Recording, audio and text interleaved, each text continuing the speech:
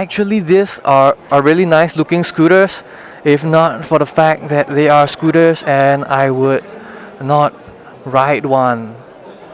Sorry, mate.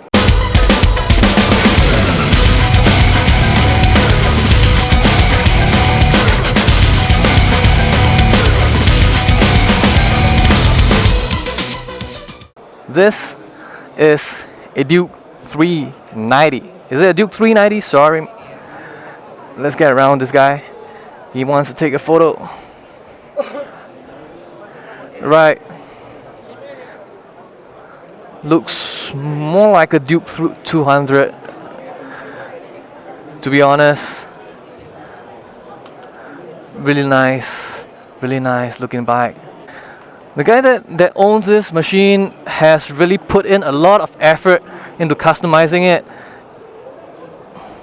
We've got knobby tires, trellis. The trellis frame is unblemished. Those are really nice looking, what do you call that? Foot pegs. These are definitely, of course, aftermarket, and they are very nice. Even gone to the trouble of putting on a lot of protection around the engine guard. Could probably have easily spent more than 5-6 grand, or probably even more, bringing it up to this state. Of course, what he has over there is basically right over here. I should probably change my own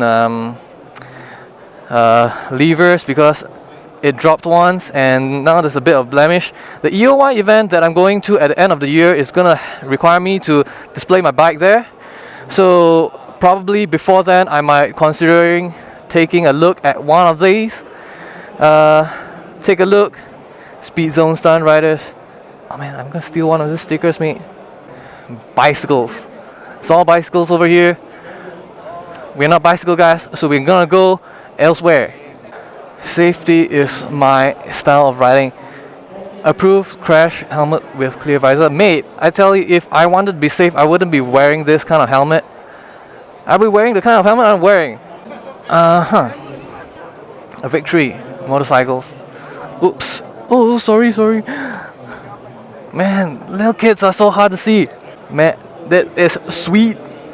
Sweet, mate. I've never seen a Victory in Singapore before, ever.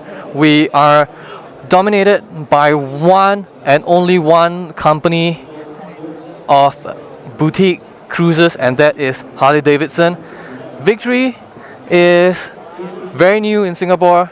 Probably been here for quite some time, but you never see these guys around except by their own owners club.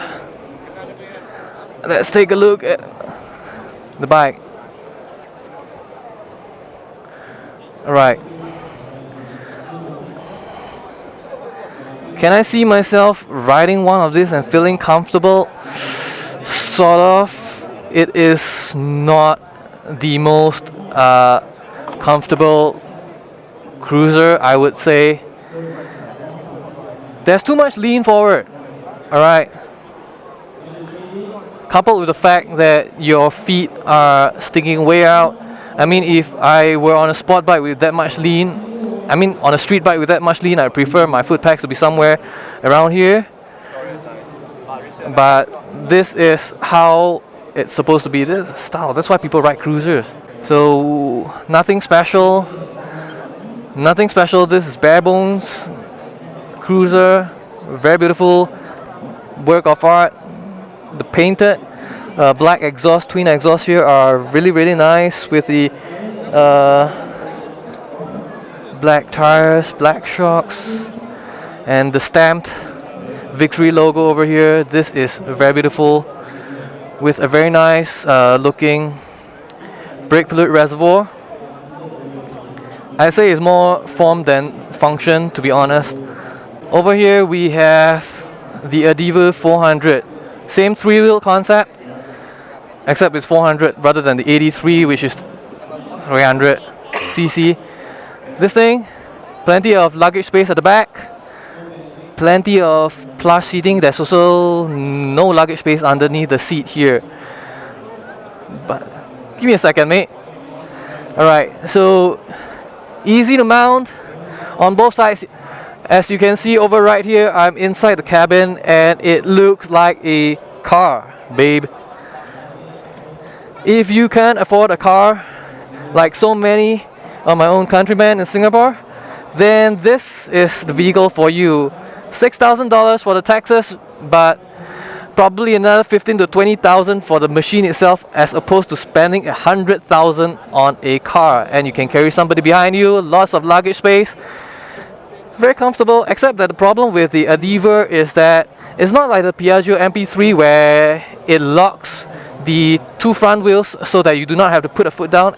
At stops, you still have to put a foot down and rest the bike on that foot, which sucks, but I don't mind because it has a fucking roof. And when you are in Singapore, in our kind of weather, it sucks. And I believe if you have a phone mount for the car, it works here. Everything works here. It works exactly like a car. Put some tarpaulin sheets and it's probably waterproof, as much as I can tell. Come on, enjoy the seat. Hey, vroom vroom. This side. Yeah, vroom vroom. Cute little kid, mate. Alright, let's move on. This is the new MX X125 Grom that's going to be coming out in 2017, if I'm not wrong. The new angular style of the Grom. Right, with the squarish headlights, squarish frame. Everything's changed about the Grom, but it's essentially the exact same bike right over here.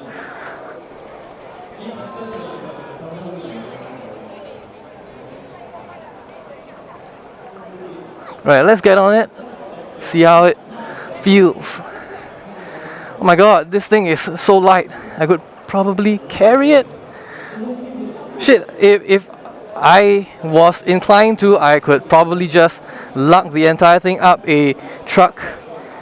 Good thing I live in Singapore, because I've heard stories from some of you guys in the US that you park your Groms outside in the pavement, especially in New York, and your Groms always get stolen because they are so small, they're so light. If you don't chain them to a lamp post, this baby is gone. Exact same setup of the Grom. The only difference is just the plastics, the look of the bike as far as I can tell. This is the CB150R, okay. This I can foresee as being a very popular piece of technology in the coming year or so, when people are sick of the FZ16 craze that has been plaguing the country since 2009. This is probably gonna be the new starter bike in Singapore. Everybody's gonna be wanting this because 150 cc's is gonna fit your 2B class license easily, and it looks a lot better. And while the FZ16 does have a new version too, which is fuel injected, well, you can't really compete in the looks department with this. This is so fucking sweet, mate. I believe if you gave it a bigger tire at the rear and you gave it a new exhaust, louder exhaust at the rear, I believe that anybody could be mistaking this bike for at least a 600, mate. This is so macho looking. And the thing is, I believe you Americans out there, you are really missing out on the bike scene, man, in the lower CC classes. This is something you guys should import, especially since crashes, amongst the youth that immediately buy an R6 when they get their license, it's insane. This thing would have helped all your 16-year-olds learn how to ride a bike so much easily on a bike that they probably would actually like riding on and looking cool on. This thing is actually really light, and it even has a center stand, which is what I really want in every single bike. that can have it. Now the problem with the way the tank is designed is that even though it looks really cool, alright, there's two protruding ends right here is gonna fuck your shit up if you fall down on your side and get your leg pinned under one of these. This is not cool, mate.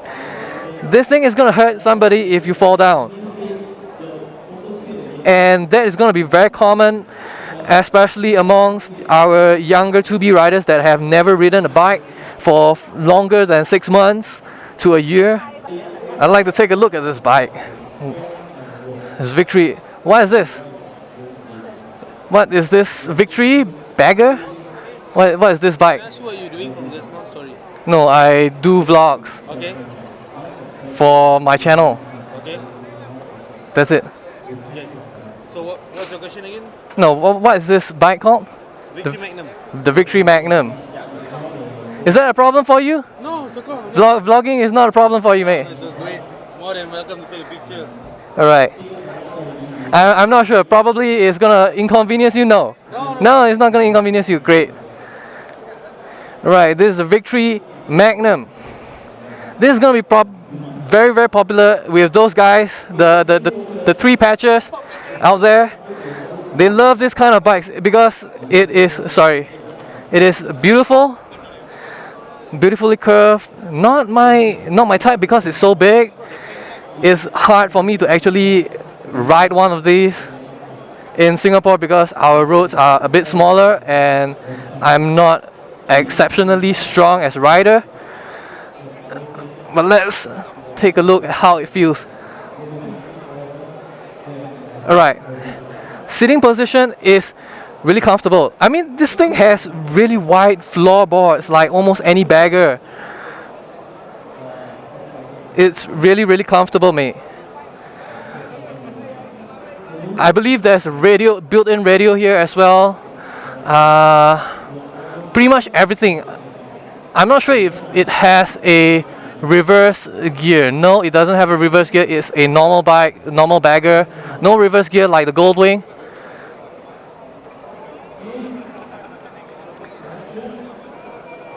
It even has a built-in voltmeter over here, which is exceptionally great. Then you have your radio control over here to control the radio. Power, the breaker, power breaker on. Actually, I could see myself buying one of these if I actually had the money to go on a long trip to Malaysia and Thailand. It's really, really comfortable. It's probably about as comfortable as riding a Goldwing without being as heavy as a fucking Goldwing. Two built-in saddles that are fucking huge. But I don't believe you can fit a full-faced helmet in either of these. Yeah, you can't fit a full-face helmet in either of these, but they could fit a lot of clothes, your wife and yourself, and you could probably go on like a whole week's worth of vacation on this. It is $230, and this is about as much as I can talk about on the inside. Not much else. Too bad there is no Kawasaki H2R, but I'm gonna be going outside. It's gonna be about 3 soon. There's gonna be a stunt show. This is gonna be another video, so catch up with me. Of course, do like and subscribe to my channel if you enjoy my coverage of this event, and I'll see you in my next video, which is gonna be the stunt bike. Peace out, guys.